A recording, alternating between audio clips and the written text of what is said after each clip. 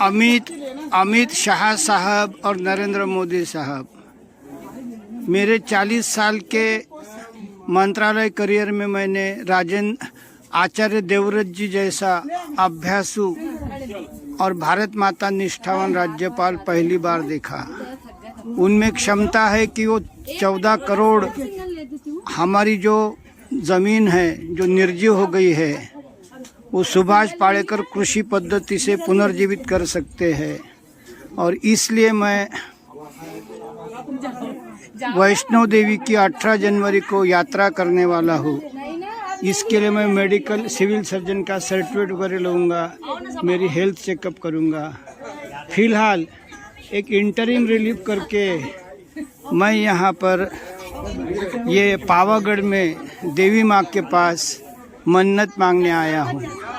और रही आपकी वो मेक इंडिया की मूर्ति, तो तब सेवा सिमरन ये ऐसी विद्या है कि जिसमें हमें ना तो कोई मेडिसिन लगनी है, ना आयुर्वेदिक, ना होम्योपैथिक, सिर्फ आहार से आरोग्य, तो हमारे वृक्ष भी बचेंगे और हमारी भारत माँ और बलशाली होंगी।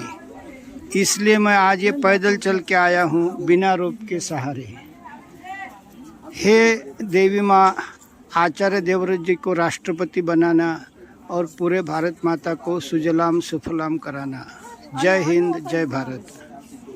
त्याची पाठीमागची बाजू हा परिसर, या ठिकाणी 50 रुपयाला एक प्रसादचं पाकिट आणि ह्या देवीच्या उपयोगात आणलेल्या साड्या आणि हे पुन्हा परिसर। मी टेकडीच्या एकदम टॉप व्ह्यूला आलो, पायी आलो आणि आचार्य देवव्रत जी राष्ट्रपती व्हावे हा देवीला नवस केला।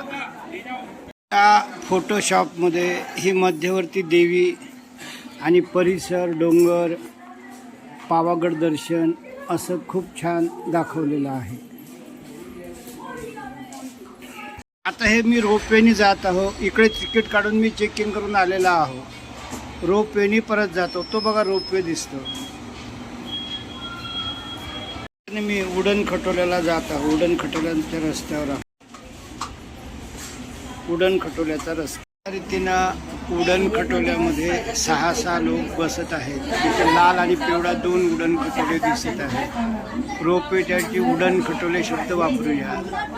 उडण खटोल्यात 6 लोक बसवत आहेत आणि मला वाटतं ते 5 सेकंदाच्या अंतराने सोडतात। एकाच्यात 6 लोक। खटोला बंद होताना आणि पाहूया, हे बघा असं सोडलेलं आहे आणि 10 सेकंदाच्या अंतराने आमचा उडण खटोला सोडला। मला वाटतं 2 मिनिटामध्ये जात असेल हा। बघूया किती एवढाच जातो।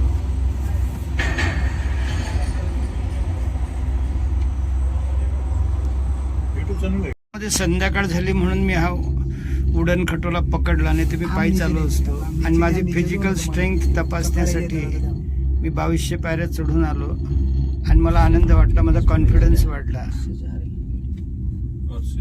एखादं विमान जसं लँड व्हावं तसं हे दृश्य वाटतं।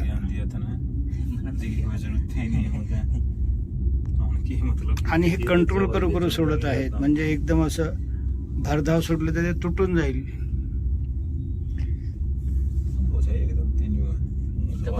तिनं एका 5 मिनिटात माझा उडण खटोल्याचा प्रवास संपला आणि मी सहज एका 5 मिनिटात जमिनीवर आलो आणि आता परत मी याला जात आहो।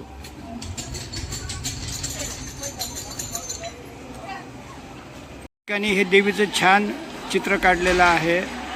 महाकालिका आपकी मनोकामना पूर्ण करे।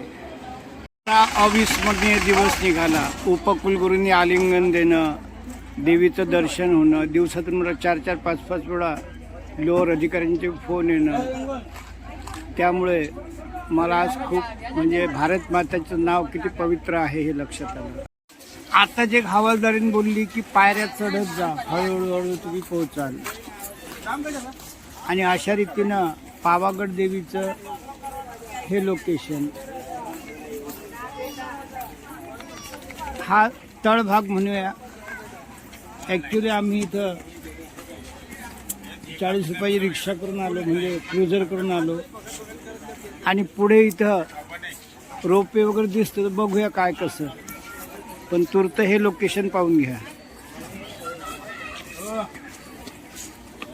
चहावाल्याने सांगितलं की 2200 शिडी चढायला 1.5 तास लागेल आणि आपले राज्यपाल राष्ट्रपती व्हावे, आपल्या महाराष्ट्राचं कल्याण करावं म्हणून मी ह्या 2200 पायऱ्या चढणार आहे आणि उतरणार आहे. कारण मी जेव्हा वैष्णोदेवीची यात्रा म्हणतो तर मला माझं बॉडी फिटनेस मिळवावंच लागेल. आणि आजच उपकुलगुरू भेटल्यामुळे माझी श्रद्धा आणि निष्ठा वाढली. आणि गाईड फिल्ममधला देवानंद जो आहे ती भूमिका आता मला करायची आहे. आणि खूप गाढवा आहे, त्याची काय आख्यायिका आहे नंतर मला पता लागेलच. आतापर्यंत 200 पायऱ्या आतापर्यंत 200 पायऱ्या चढलो असं याच्यावर दिसतं. आणि पुन्हा मग ती चामुंडेश्वरी असो की सप्तशृंगी असो, स्ट्रक्चर तेच. तर छान असे रोपवे सुरू आहेत. परंतु तपश्चर्या म्हटलं की फिजिकली तपावंच लागणार आहे. आणि मला वाटतं याच्यामध्ये काही इकडे 10 की काय 12 ह्या अशा बॉक्सेस सुरू आहेत. 300 पायऱ्या चढून झाल्यात. खाली या रोपवेचं स्टेशन दिसतं. आणि आता मी वरच्या बाजूचं स्टेशन दाखवतो. हे असं वरचं स्टेशन. आणि ह्या आम्ही आता अशा पायऱ्या जातो. जवळपास 350 पायऱ्या झालेल्या आहेत. रोपवेचं ठिकाण आलेलं दिसतं. हे खाली पण रोपवेचं केंद्र दिसतं.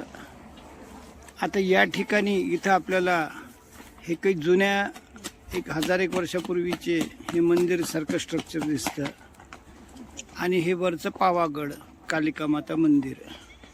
शतकात पावागड मकई कोठार हा दरवाजा क्रमांक 1 जो शत्रूला रोखण्यात यशस्वी होत होता असं या ठिकाणी लिहिलेलं आहे. जवळपास 800 वर्षापूर्वीचं हे स्ट्रक्चर असं गृहीत धरूया. आणि हा वर डोंगर. जवळपास 10 ते 12 ह्या अशा रोपवेच्या व्हॅन दिसत आहेत. ठिकाणी 500 पायऱ्या झाल्या तसं दिसतं.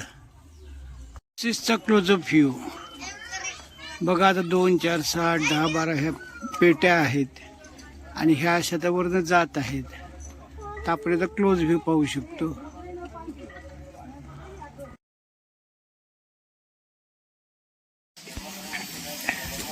एक 1000 पायऱ्यांपर्यंत आलो.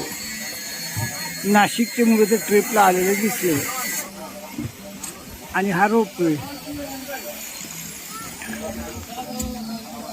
आता वर 1300 पायरीच्या जवळपास हा असा मोठा स्ट्रेट पट्टा लागला.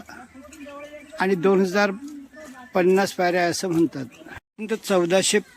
आतापर्यंत 1400 पायऱ्या पूर्ण झाल्यात. आणि आता या ठिकाणी आपण पाहतो की ह्या डोंगरच्या मुख्य भिंतीला समांतर अशा ह्या पायऱ्या आहेत. आणि खरोखर या 2200 वगैरे असणं अपेक्षित आहे. आणि वर एकदम डोंगराचं टॉप हिल असणं अपेक्षित आहे. पाहूया. 1723 पायऱ्यांपर्यंत आलो. आणि महत्त्वाचा टप्पा गाठला गेला. बहुतांश आता टॉप हिलला आलेला आहे. 2010 मध्ये एक मित्र बोलला होता की तुम्हाला हिमालय ट्रेकिंग करायचं असलं, जरी तुम्हाला कॉन्फिडन्स नसला तरी 5 पावलं चालावं थांबावं, 5 पावलं चालावं थांबावं. म्हणजे आपल्या शरीराचं जे मेटाबॉलिझम आहे ते त्या एनर्जीसोबत ॲडजस्ट होतं. आणि ती टेक्निक वापरून मी 2:45ला मला वाटते चढायला सुरुवात केली की काय 2:45ला की 2:30ला आठवत नाही. आणि ह्या स्टेजपर्यंत आता आलेला होतो. बरंचसं टेकडीवर आलेला आहोत. थोडासा हा भाग दिसतो. हा बहुतांश आता सपाटच आहे. आता इथं टेकडीवर सपाट असं हे पायऱ्या दिसतात. आणि बरंचसं आता थकवा निघून गेलेला आहे. बर्फार का गारठा आहे. म्हणजे 1900 पायऱ्या चढून आल्यावर आता जवळपास हे 300 पायऱ्या आपल्या सप्तशृंगीप्रमाणे सरळ आहेत आणि वर ते मंदिर दिसतं. मात्र या ठिकाणी हे 1008 पार्श्वनाथ दिगंबर जैन मंदिर म्हटलेलं आहे आणि याची आख्यायिका बघूया. ही मुख्य चढण सुरू झालेली दिसतं. ज्या 300 पायऱ्या उरल्या ते ह्या दिसतात.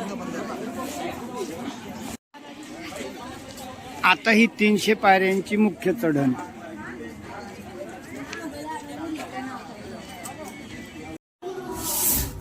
ह्या अजून एवढ्या पायऱ्या आहेत. असे या बाजूने मी आलेलो आहे. हा परिसर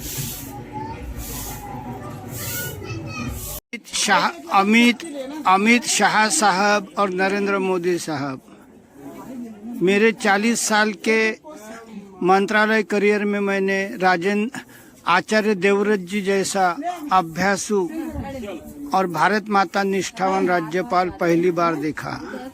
उनमें क्षमता है कि वो 14 करोड़ हमारी जो जमीन है जो निर्जीव हो गई है वो सुभाष पालेकर कृषि पद्धति से पुनर्जीवित कर सकते हैं. और इसलिए मैं वैष्णो देवी की 18 जनवरी को यात्रा करने वाला हूँ.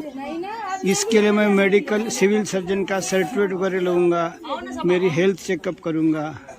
फिलहाल एक इंटरिम रिलीफ करके मैं यहाँ पर ये पावागढ़ में देवी माँ के पास मन्नत मांगने आया हूँ. और रही आपकी वो मेक इंडिया की मूर्ति, तो तप सेवा सुमिरन ये ऐसी विद्या है कि जिसमें हमें ना तो कोई मेडिसिन लगनी है, ना आयुर्वेदिक, ना होम्योपैथिक, सिर्फ आहार से आरोग्य. तो हमारे वृक्ष भी बचेंगे और हमारी भारत माँ और बलशाली होंगी. इसलिए मैं आज ये पैदल चल के आया हूँ बिना रोप के सहारे.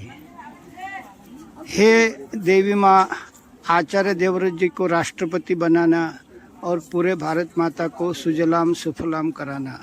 जय हिंद, जय भारत. याची पाठीमागची बाजू हा परिसर. या ठिकाणी 50 रुपयाला एक प्रसादचं पाकिट आणि ह्या देवीच्या उपयोगात आणलेल्या साड्या आणि हे पुन्हा परिसर. मी टेकडीच्या एकदम टॉप व्ह्यूला आलो, पायी आलो आणि आचार्य देवव्रतजी राष्ट्रपती व्हावे हा देवीला नवस केला. त्या फोटोशॉपमध्ये ही मध्यवर्ती देवी आणि परिसर, डोंगर, पावागड दर्शन असं खूप छान दाखवलेलं आहे.